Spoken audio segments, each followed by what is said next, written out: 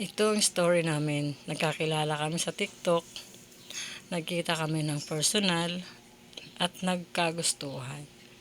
Mabait siya at disenteng babae at mapagkakatiwalaan. Hanggang sa naging kami at ngayon kami nagsasama sa isang bubong at nagbubuo ng pamilya kahit itong aming relasyon ay labag, hindi gusto ng karamihan, pero wala kami magagawa kasi kami ay nagmamahalan. Ayan po ang simpleng buhay, simpleng story, simpleng takbo ng istorya ng love life namin ng aking honey. Ayan, maraming salamat sa mga nakakaunawa at sa mga hindi nakakaunawa, I'm so sorry.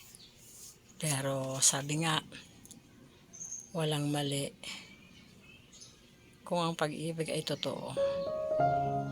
Kaya yun ang pinanghahawakan namin. Walang mali kung ang pagmamahal ay tunay. Nothing's wrong when love is right. Patingin ko naman ay tama. Minamahal niya ako at minamahal ko siya. Yun ang nararamdaman namin. Kaya sana maunawaan ng lahat. Sa mga hindi nakakaunawa, maunawaan din namin.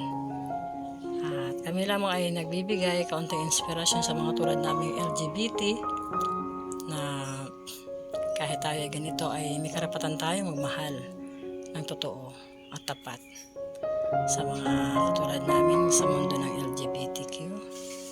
At huwag nating medyo maliitin ang love ng